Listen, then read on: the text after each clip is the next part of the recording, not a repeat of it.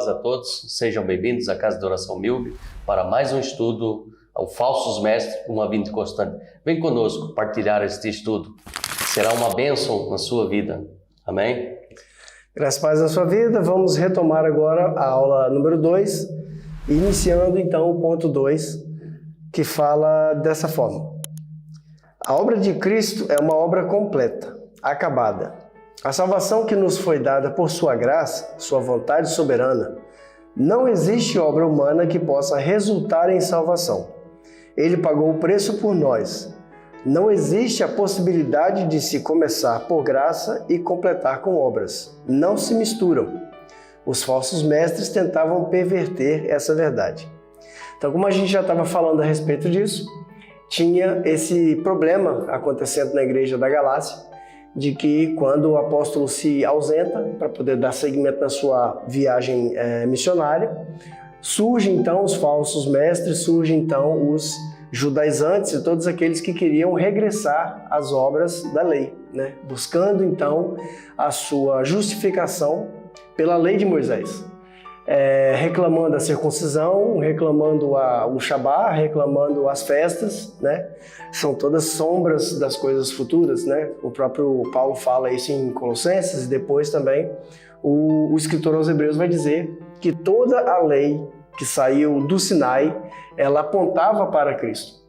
Jesus, ele teve a oportunidade de dizer que a finalidade, o cumprimento, a necessidade da lei era Cristo. Ele veio para poder dar seguimento ao plano de salvação. E o problema todo começou quando Paulo se ausenta, então, e alguns daqueles mestres que surgem começam a ensinar essa falsa doutrina, falando que os não-judeus precisavam ser circuncidados. Nós sabemos que os judeus eles têm o hábito da circuncisão, o mergulho na mikve, que é o que nós aprendemos a reconhecer como o batismo, né? O batismo na água ele não veio de João, ele era já uma prática comum da lei de Moisés, né? Até hoje, quando uma pessoa ela retorna ao judaísmo, quando ela quer ser judeu, uma das 3 primeiras coisas que ela tem que fazer é exatamente isso. Ela vai ser circuncidada, ela vai ser banhada no mikve, ou seja, ela vai mergulhar, né? No mikve, que é uma piscina batismal, e ela vai receber o livro da Torá e vai prometer que vai aceitar sobre ela 613 mandamentos que estão escritas lá. Então, Gil, responde aí a muitas pessoas que vão ouvir e ver este vídeo. Se Paulo estava na igreja da Galácia ou dos Gálatas, falando para eles que eles estavam descaindo dessa graça, que é Cristo, o Novo Testamento, que chama-se a Nova Aliança do Sangue, os judeus estavam aderindo ao cristianismo, correto? Certo. Então responde aí aos nossos ouvintes, porque hoje a igreja, instituição, critica aqueles que falam que você tem que estar em Cristo Jesus, numa nova aliança, e não olhar para o velho, a lei, e ainda se mistura.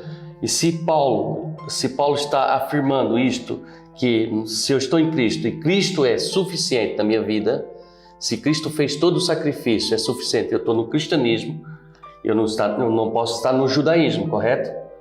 Então, hoje aí muitos se confundem e acham que é heresia de uma igreja que está falando que deixou o Velho Testamento, parou ali em Malaquias, né? Porque eles pensam que é Malaquias. Para nós, a nossa Bíblia termina em Malaquias. Então, ele começa de Mateus até Apocalipse. Então, tem igrejas que começam a falar da graça, da suficiência de Cristo, da redenção de Cristo, uma nova aliança, e quando se fala de lei, que não olhamos as leis, as 603 preceitos ou os 10 mandamentos para ficar mais fácil, então as pessoas se confundem, então acham que é heresia que estão pregando. Então fala, não, mas então vamos deixar a lei para trás, vamos deixar as leis de Deus para trás.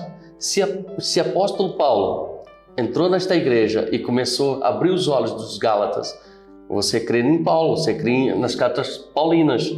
Então eu queria que você fizesse uma explanação aí aos nossos ouvintes, Porque muitos ficam nessa dúvida de achar que a igreja que está só pregando graça, uma nova aliança, não está se deixando olhar para os profetas, os patriarcas, o Velho Testamento, e deixa. Então eu explanava esse assunto porque está dentro desta aula. O problema todo começa no entendimento do que é a lei de Moisés, né? Quando nós vamos falar a respeito da lei de Moisés, as pessoas pensam que isso começa no Sinai. Elas entendem que a outorga da Torá de forma escrita foi o livro da lei. Então, tecnicamente, isso vai começar já no final do livro de Êxodo, né? O Shemot, como a gente fala em hebraico, e vai criar Levítico. Mas existem mandamentos dados ao próprio Adão. Existem mandamentos dados a Noé, existem mandamentos dados a Abraão, né? Quando fala na questão do dízimo, fala que o dízimo não pode pertencer à lei de Moisés, porque antes da lei de Moisés ser instituída, já Abraão deu o dízimo. O livro de Gênesis, ele é o livro da lei, ele pertence ao Pentateuco, como nós conhecemos, e ele faz parte da Torá. É o próprio Moisés que está escrevendo esse livro, né? Se você percebe bem, Abel e Caim, eles oferecem um sacrifício a Deus. De onde é que eles tiraram isso? Já existia um consentimento, já existia um conhecimento geral sobre como agradar a Deus naquela altura, entende? Leis que foram dadas para Adão, que foram passadas para os seus filhos. Você vai ver, depois que Caim mata Abel e ele foge para a cidade de Nod, e ele se casa com uma das suas irmãs, ou talvez sobrinhas, e depois de um bom tempo acontece de ter então o Sete, que é o terceiro filho, né? E depois de Sete, foi indo uma geração atrás da outra até que se pronunciasse novamente uma palavra para Deus, né? Depois você tem a história de Noé. Por que Noé foi escolhido? Por que Noé pertencia ao povo? Noé fazia sacrifícios, Noé trabalhava.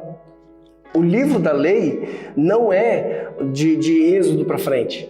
Se você percebe bem a leitura, quando os filhos de Israel atravessam o Mar Vermelho e eles entram numa terra, né? A primeira parada que eles fazem é sobre as águas de Mará. Falam sobre as águas amargas, né? E acontece então um milagre que eles jogam um ramo, um tronco, uma tora, depende de como é que está escrita a sua tradução da Bíblia. Eles jogam um ramo na água e essa água se torna potável, eles bebem de novo. E ali está escrito assim: e Moisés deu a eles leis. Que leis? Se a Torá é do Sinai, de onde é que veio essa lei? Entende?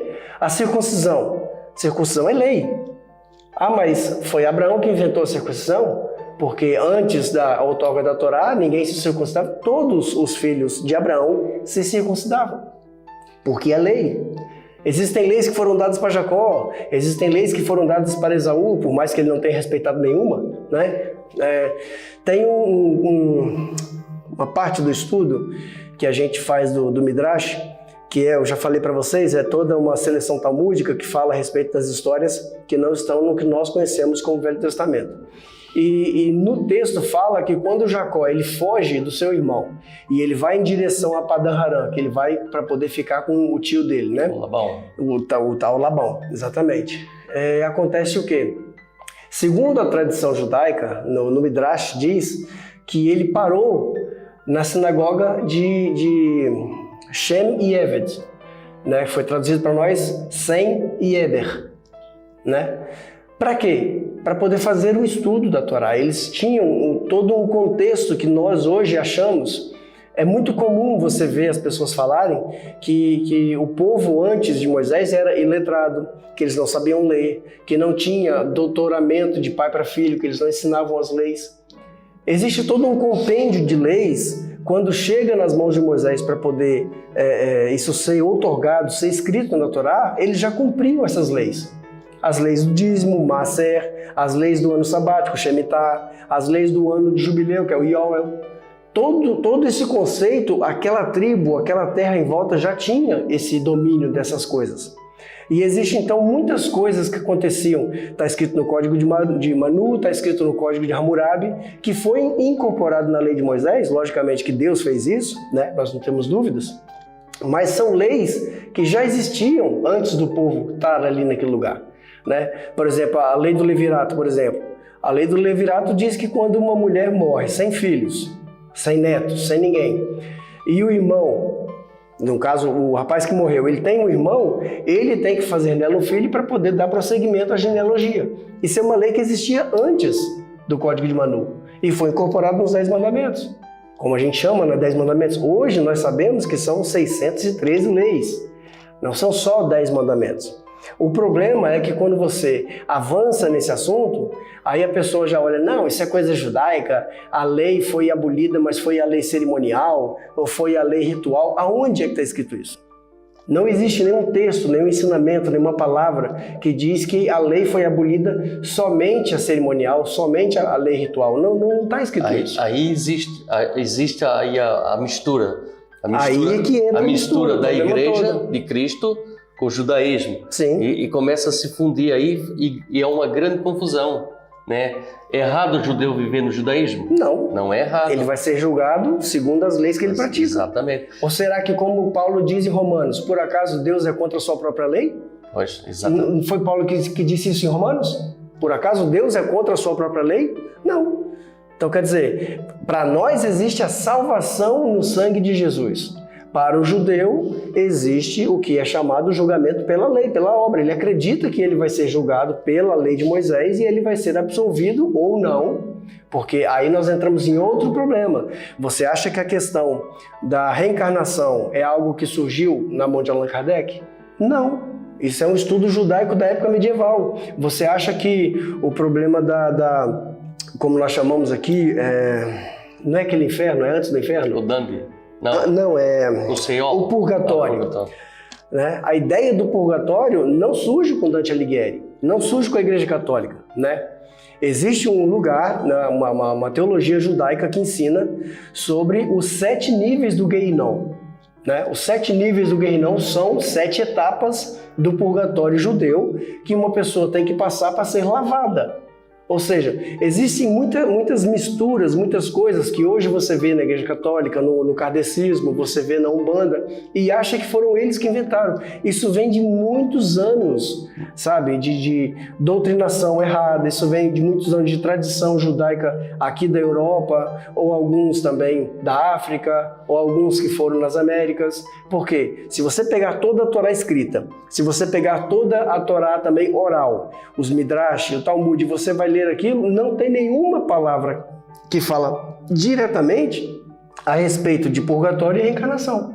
Isso vai surgir muito tempo depois, praticamente agora na Idade Média, que vai ser inserida essa ideia de purgatório e reencarnação. Então, aí começamos a entender que as igrejas, elas começam a se fundir com vários tipos de doutrinas. Exato. É o tal reencarnação, é o tal purgatório, é o tal inferno. E há muita mistura. E podemos ver aqui, aí podemos ver se há a pessoa que está na igreja de Cristo. Eu aceitei Cristo, aceitei Jesus como seu único, suficiente Salvador. Estou na graça, estou justificado por Cristo. Há espaço para esse cristão querer fazer lei?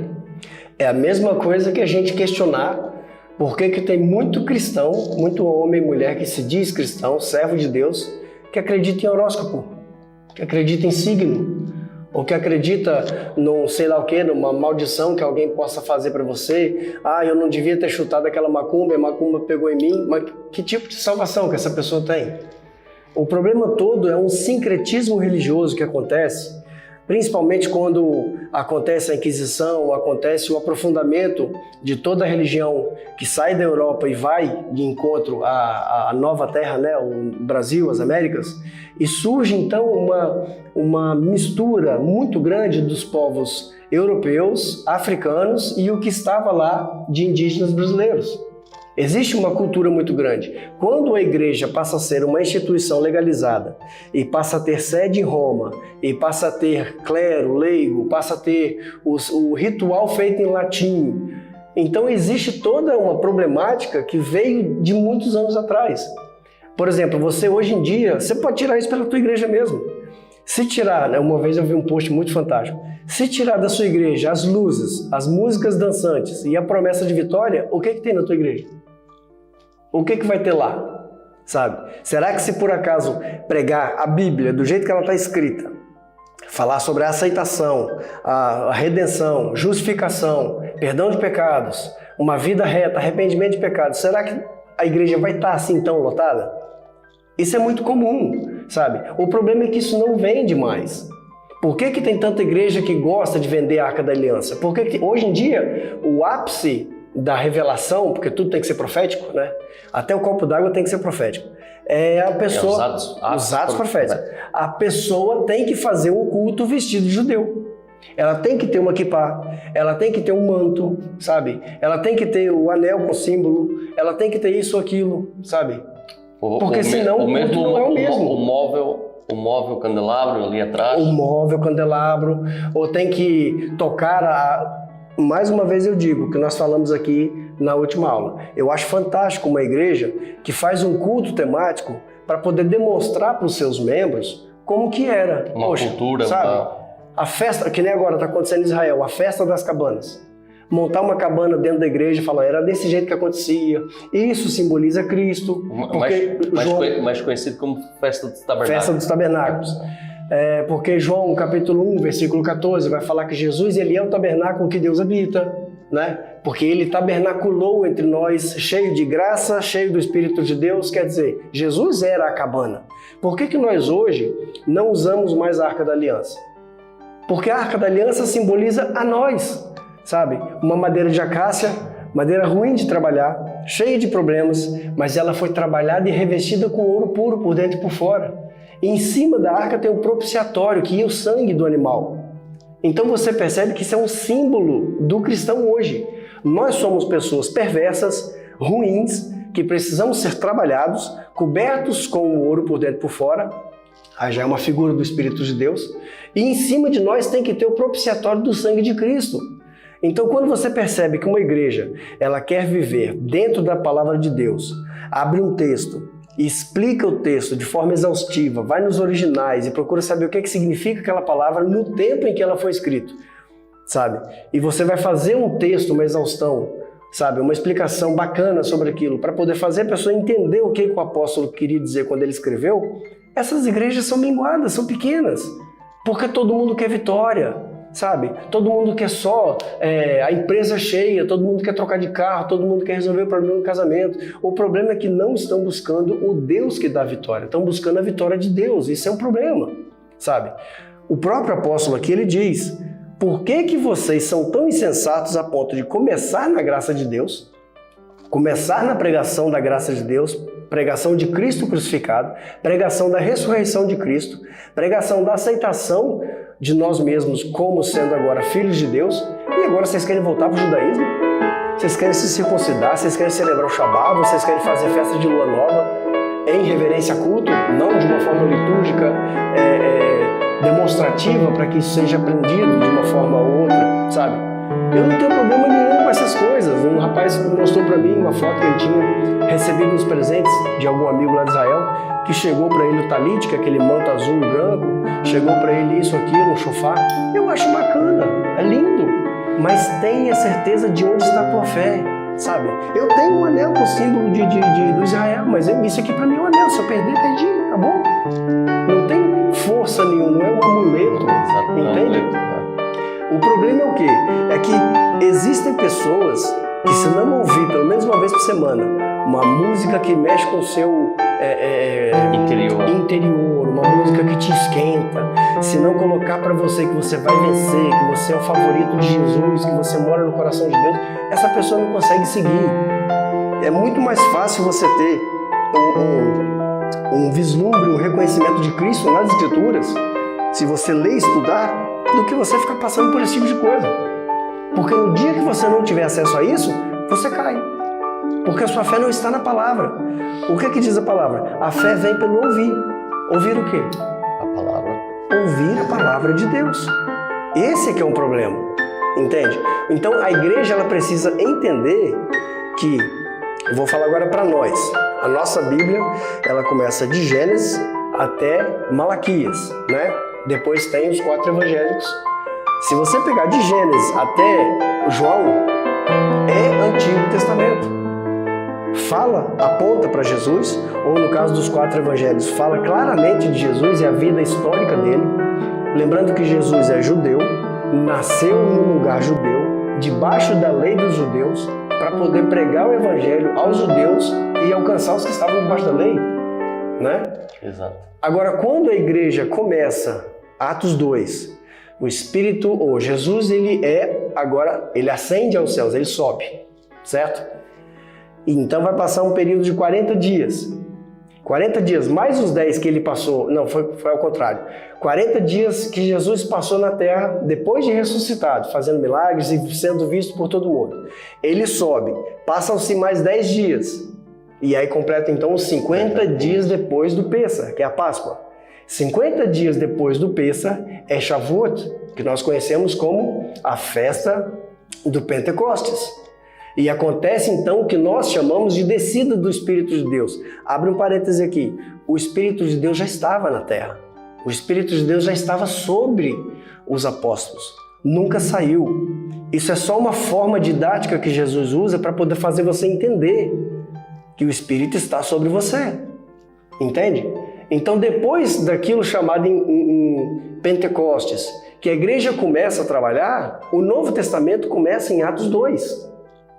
De Atos 2 até a carta de Judas, nós temos um vislumbre momentâneo, um vislumbre, como é que se diz, contemporâneo, sabe, da igreja e da vida dos apóstolos. Falando a respeito da alimentação, falando a respeito da ajuda, da perseguição da igreja, dos julgamentos, dos apóstolos sendo mortos, entende? Acontece a visão do Apocalipse, também é Novo Testamento, mas ela aponta para uma coisa. Não é uma coisa que aconteceu... Não, aí já existe toda uma escola teológica, né? Uns que são a favor, já aconteceu, outros que está acontecendo, outros que vai acontecer, uns que são literais, outros que são simbólicos, isso aí a gente não vai entrar nisso agora. Mas é imprescindível você entender que a graça de Deus, ela isenta você do cumprimento de qualquer mandamento. Porque se não fosse desse jeito, Jesus, depois de ressurreto, ele não teria dito, um novo mandamento eu dou para vocês. Amem-se uns aos outros. De que forma? Assim como eu amei vocês. Porque se você pegar esse trecho do amem-se uns aos outros, amai-vos uns aos outros, Levítico 19:18, 19:19 já fala disso. Naquela reunião que Jesus está ali na porta do templo e que chega lá um especialista da lei e pergunta ele qual é o mandamento, ele fala, o maior mandamento é esse, Shema Israel. Ouça Israel, nosso Deus é um. Né? Depois ele prossegue, ele fala, ame o Senhor teu Deus, de todo o teu coração, de toda a tua potência, de todo o teu entendimento, e ame o seu próximo, como você se ama. Isso é a lei. Jesus morre, ressuscita, aparece aos seus, faz a comitiva, envia, cria o ID, pregai o Evangelho, e ele fala, um novo mandamento eu vos dou. Que novo? Já está lá em Levítico, mas só que lá em Levítico diz, ame uns aos outros, certo? Ame o seu próximo como você ama a ti mesmo. Jesus fala diferente, amem-se como eu amei vocês. É diferente. É como aquela palavra, toma a cruz de Jesus e segue. Toma a cruz e siga, exatamente. Mas depois quando você já está em Cristo Jesus, está na igreja, fala assim, já estou crucificado com Jesus. Aí você vai entender a diferença. A diferença de que tomar sua cruz, você tomou sua cruz, tomou sua decisão, falando, agora eu vou seguir Jesus. Agora, quando você segue Jesus, você está crucificado com Jesus. E tudo se fez novo na sua vida. E o apóstolo Paulo ainda vai mais além. Eu estou crucificado com Cristo, não vivo mais. Cristo vive em mim. E essa vida que eu vivo agora na carne, eu faço isso para agradar o Filho de Deus. Porque quando você percebe o que está escrito no Gálatas 5:4, você percebe que Paulo é enfático em dizer isso. Vocês querem agradar a Deus obedecendo leis? Mas vocês não começaram na graça? Como é que vocês querem agradar a Deus? Sabe aqui, ó, tá dizendo aqui. Gálatas 5, versículo 4. Vocês que querem que Deus os aceite por obedecerem à lei, estão separados de Cristo e não têm a graça de Deus. Não tem a graça de Deus porque você está escolhendo o mérito da lei. Entende isso?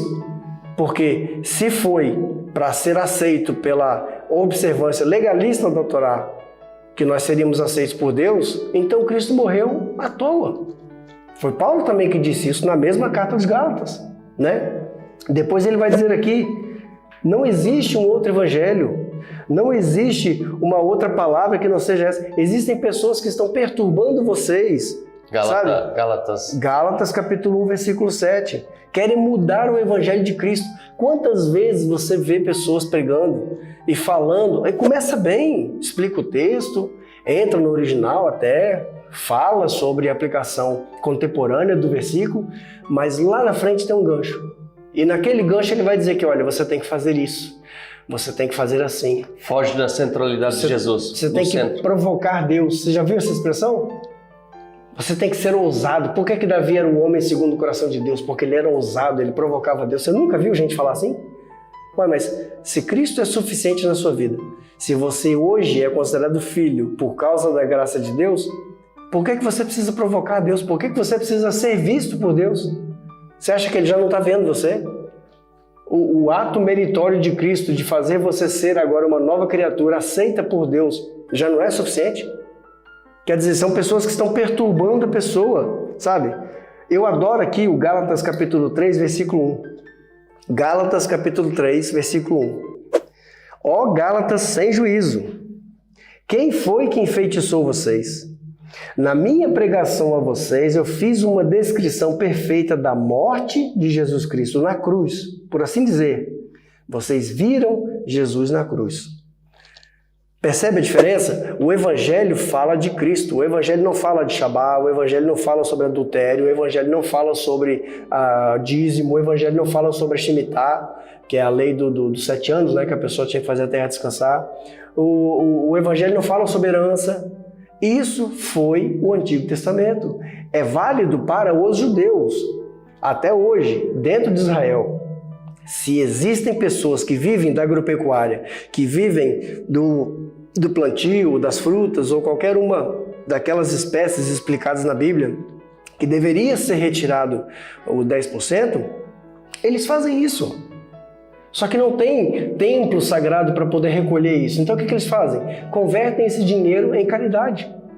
Dão dinheiro para uma sinagoga para poder ajudar a manter a escola de estudos. Dão dinheiro para um pessoal que não tem como casar filhos. Existem lá várias entidades, né? Tem o Sheva Brahot também, que faz... não, como é que é o nome? Sheva Brahot é outra coisa agora, eu confundi as coisas. Tem uma outra instituição que vai fazer funerais de quem não tem família.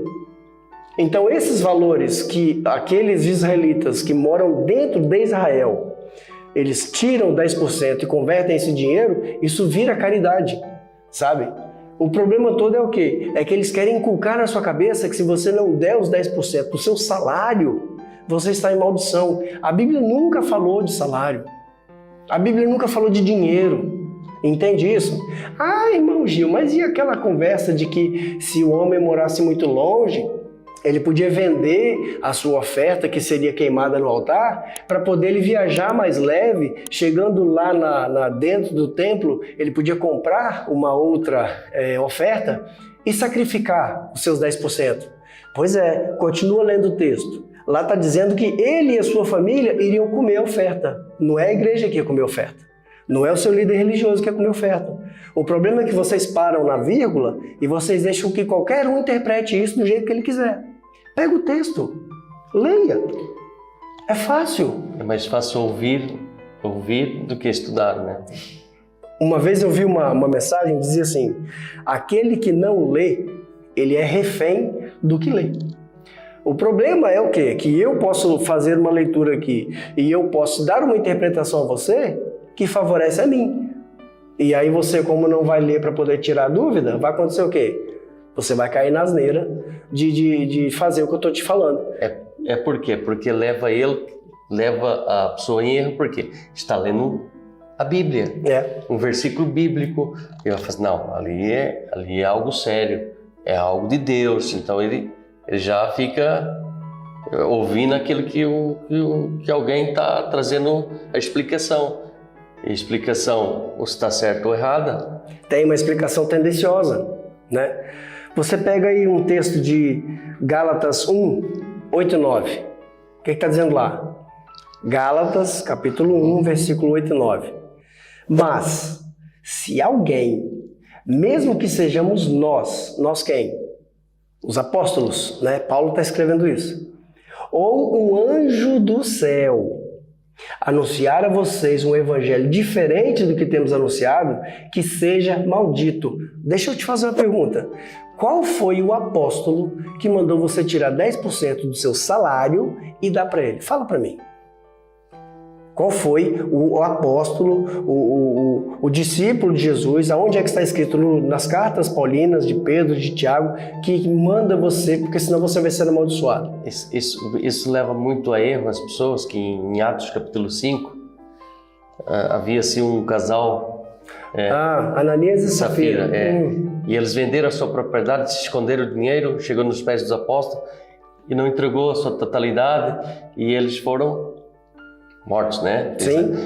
E jogam esse texto para você e você fica ali com medo, senão se você... Esse é o problema, é ter medo. Deus é soberano, você não tem que ter medo de Deus, você tem que ter temor, sabedoria, respeito, reverência.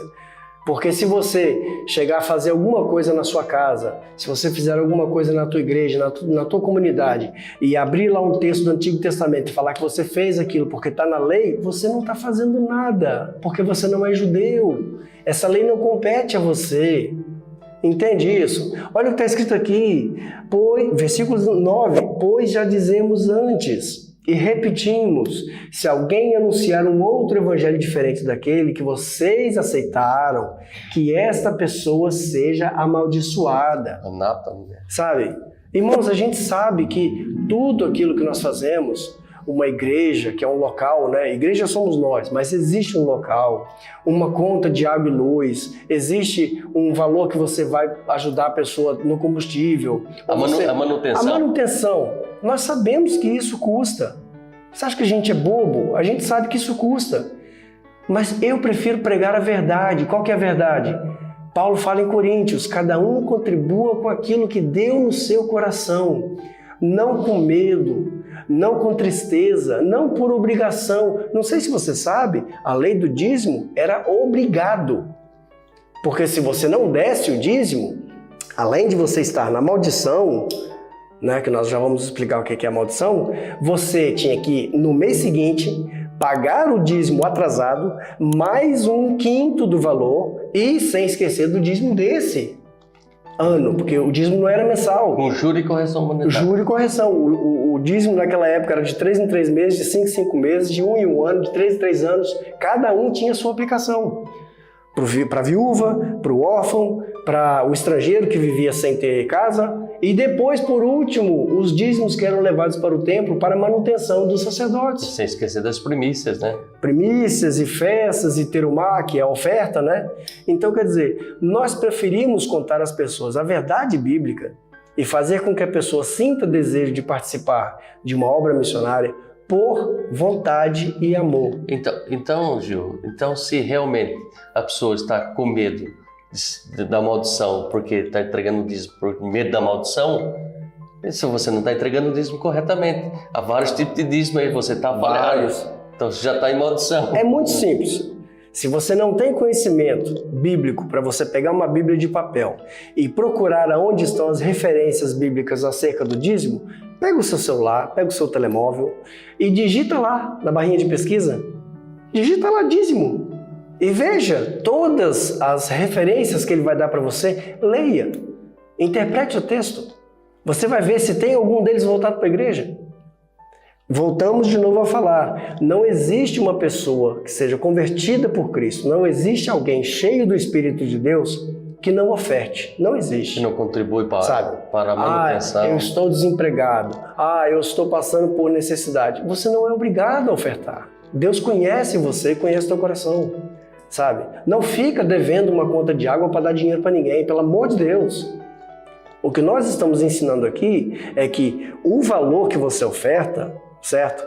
Os bens que você quer ofertar, isso é um motivo de adoração. Salmo 116. O que é que eu darei ao Senhor por coisas que Ele já me tem feito? Não é uma troca. Deus já te fez, Deus já te redimiu, Deus já te deu salvação, já adotou você como filho. Não é troca, sabe? O problema é que está escrito aqui: qualquer um que pregue o evangelho além do que foi ensinado pelos apóstolos, que seja anátema, maldito. Eles não aprendem isso, entende? Começam campanhas e mais campanhas, deixa aqui seu voto, traga aqui seu Isaac, venha comprar a chave profética, ou venha comprar aqui uma coisa, um tijolo profético. Irmãos, Jesus Cristo é suficiente para você. Aprenda isso. Eu imagino se o apóstolo Paulo fosse contemporâneo, estivesse na nossa altura hoje, olhando a igreja, olhando a instituição, o que ele não pregaria? Né? Ele pregaria... Ele ia fazer mais quantas cartas? Né? Ele faria aqui, como está em Gálatas, capítulo 3, verso 1. Ó Gálatas, ó crentes sem juízo. Quem foi que enfeitiçou vocês? Na minha pregação a vocês, eu fiz uma descrição perfeita da morte de Cristo na cruz. Né? Por assim dizer, vocês viram Jesus crucificado. Você não viu, mas você sabe que Jesus foi figurativo, né? É figurativo, exato. Imagina agora o apóstolo Paulo contemporâneo.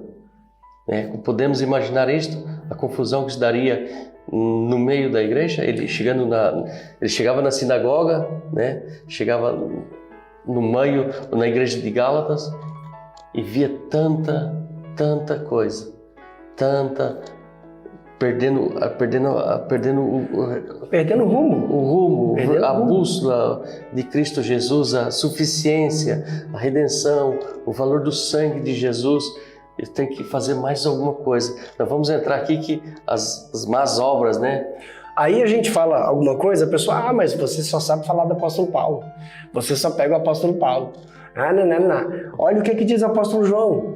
Tem também o apóstolo João aí na sua Bíblia. Segunda carta de João, capítulo 1, versículos 9, 10 e 11. Quem não fica com o ensinamento de Cristo, mas vai além dele, não tem Deus. Porém, quem fica com o ensinamento de Cristo, esse tem tanto o Pai como o Filho. Se alguém for até vocês e não levar o ensinamento de Cristo, não recebam essa pessoa na casa de vocês. Nem lhe digam que a paz esteja com você. Pois quem deseja a paz a esta pessoa é seu companheiro no mal que ele faz. Aí a pessoa cria toda uma doutrina e joga para cima de você, ou às vezes essa pessoa ela está dentro de vocês, da igreja, como o joio no meio do trigo. Certo? E ela cria, então, essas polêmicas e começa a arrastar. Arrastam para cá, arrastam para lá, faz uma facção, aí volta lá, o que diz o apóstolo Paulo, eu sou de Cristo. Não, eu sou de Pedro. Eu gosto do apóstolo, como é que é? Meu Deus do céu. O Gaio, eu gosto de Gaio, eu gosto de Paulo. Quer dizer, o ensinamento é de Cristo. É da Apolo, né? Apolo, não era Gaio, era Apolo, exatamente. Paulo. Então, quer dizer, o ensinamento é de Cristo. Aí você vai querer pegar o ensinamento de Cristo lá do livro de Mateus, Marcos, Lucas, João, que está falando sobre Jesus, ainda no seu formato, ainda do ser humano, né? Logicamente que Jesus é Deus, tá? A gente tem que entender isso. O problema é que a encarnação do Verbo é algo complicadíssimo de ser explicado. Se fosse fácil explicar a encarnação do Verbo, Paulo não chamaria ele de mistério de Deus, certo? Se Paulo, que é Paulo, chamou a encarnação do Verbo de mistério de Deus, não sou eu que vou ficar aqui tentando fazer você entender o que é Jesus, Pai, o Espírito, a Trindade, a Unidade, não sou eu que vou fazer isso. O que eu quero que você entenda é o seguinte: a mensagem que Jesus trouxe na época em que ele estava em carne, encarnado, ser humano, foi uma mensagem aos judeus. ele trouxe uma forma de ver a lei de acordo com os ensinamentos judaicos para a nação de Israel. O que ele disse uma vez para uma mulher de Cirofenícia? Eu não vim para vocês, eu vim para as ovelhas perdidas da casa de Israel. Depois que existe a ressurreição, acontece então a pregação em massa, né? O ID, como nós conhecemos, e os apóstolos começam a sair para poder ir às outras nações. É preciso entender isso. Aí a pessoa, ela pega um texto que foi focado naquela época em que tinha templo, tinha dízimo, em que tinha observância da lei, tinha a observância do Shabat, e fala assim, tá vendo? Isso é ensinamento de Jesus. E o apóstolo aqui está dizendo para você ficar com o ensinamento de Jesus. O que o apóstolo está dizendo aqui é para você ficar com o ensinamento de Jesus que cabe à igreja. Está falando da igreja, né? Sabe? O ensinamento de Jesus que cabe à igreja, ok? Precisa ficar isso bem claro na sua cabeça, tá bem? Porque as pessoas confundem isso. Tudo aquilo que vai além do ensinamento de Cristo, você tem que amar o seu irmão. Você tem que amar Deus acima de todas as coisas, entende? São ensinamentos que você aplica na igreja hoje, certo? Não se esquecendo que quando Paulo, ele aceita Jesus, né? Quando Paulo cai e ele vai para Damasco e ele fica 3 dias em jejum, depois ele é curado, o que acontece? Ele foge e fica um período afastado, tendo revelações do próprio Cristo, certo? Então, todas as 13 cartas que Paulo escreve são ensinamentos diretos do próprio Cristo. O que ele fala na carta aos Coríntios? Aquilo que eu recebi do Senhor é aquilo que eu ensinei a vocês. Então precisa ter um consenso. A pessoa precisa entender aonde ele está buscando. Novamente voltamos ao assunto. Vamos então rasgar o Velho Testamento e jogar fora? Não. Só porque você formou na escola, na faculdade, você vai numa biblioteca e rasga o livro de história? Ele está lá por algum motivo. Exatamente a mesma coisa. Existe na Bíblia, no Velho Testamento, uma sombra das coisas futuras. Como é que você vai entender as cartas de Paulo? Como é que você vai entender o Apocalipse? Se você pegar o Apocalipse, você vai precisar de muitas coisas que estão em Daniel, certo? Se você pegar a carta de Judas, você vai precisar de entender muitas coisas que estão em Gênesis, entende? É tudo palavra de Deus, né? Toda a palavra, ela é inspirada por Deus e ela serve para ensino, para alento, né? Ou seja, nós precisamos aprender a ver Cristo e a graça de Cristo no Velho Testamento. Parar de pregar a unção do Gideão, parar de pregar a vitória de Davi, parar de pregar o espírito valente de Josué. Não precisa mais. As forças de Sansão. Não precisa, sabe? Jesus agora, ele quer você, ele quer que você faça um trabalho para ele. Ele não precisa mais de Davi. Davi já morreu. Ele não precisa mais de Josué. Josué já cumpriu o trabalho dele, que era botar o povo da Transjordânia dentro de Israel. Foi o que ele fez. Entende? Será que há alguma diferença quando o apóstolo Paulo chega na igreja da Galácia, de Gálatas, com a igreja de hoje? É muito difícil a gente... Porque os falsos irmãos, os falsos coaches, eles estão aí. Nós estamos aqui, só aqui você vai ver essa verdade. Por quê? Porque nós estamos pregando aqui a verdade, nós estamos pregando dogma de igreja. Nós estamos trazendo aqui a visão de igreja, visão ministerial, de instituição ou dogma de igreja. Nós estamos falando que a Bíblia diz, que a Bíblia está falando. Por isso que eu convido você, compartilhe esse vídeo. Não é para pessoas aparecerem, é para esta palavra chegar a mais pessoas. Tem ali um sininho, tem um sininho aqui desse lado aqui, clica nele, começa a juntar-se a este povo para fazer essa diferença. Começa a juntar. Quando o algoritmo, né, o algoritmo do YouTube vai ver que este é um revelador, né?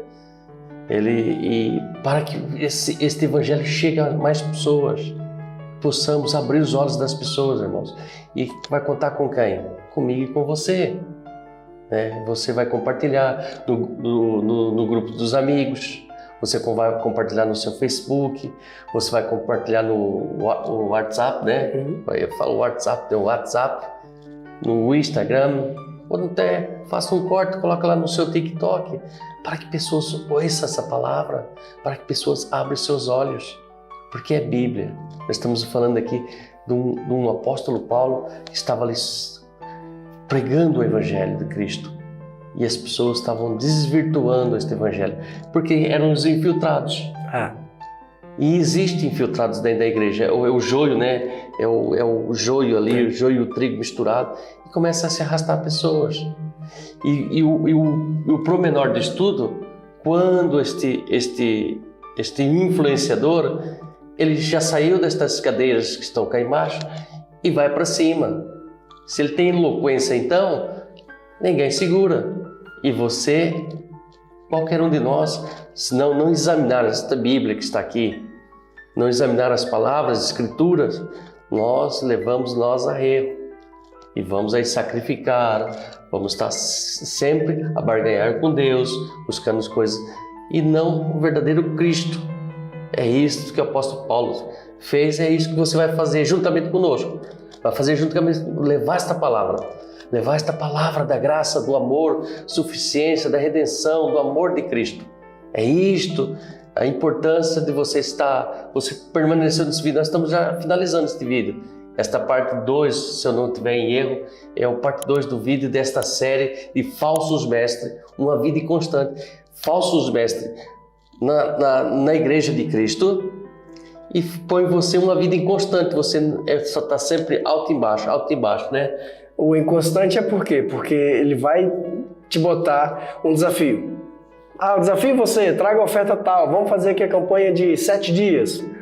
E se isso não acontecer, ou você não teve fé, ou você faltou em algum dia da campanha, ou você não deu um valor suficiente.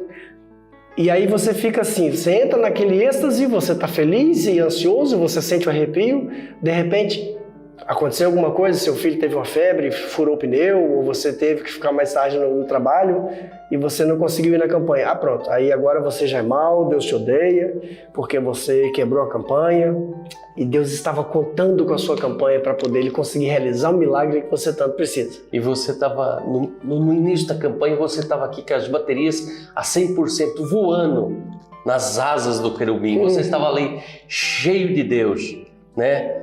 Mas começou no meio da campanha, houve esse contratempo da sua vida. Você estava 100% das suas baterias carregadas, você já está em 20%. Você está inconstante, você não está sempre carregado. Por quê? Porque falta o alimento verdadeiro.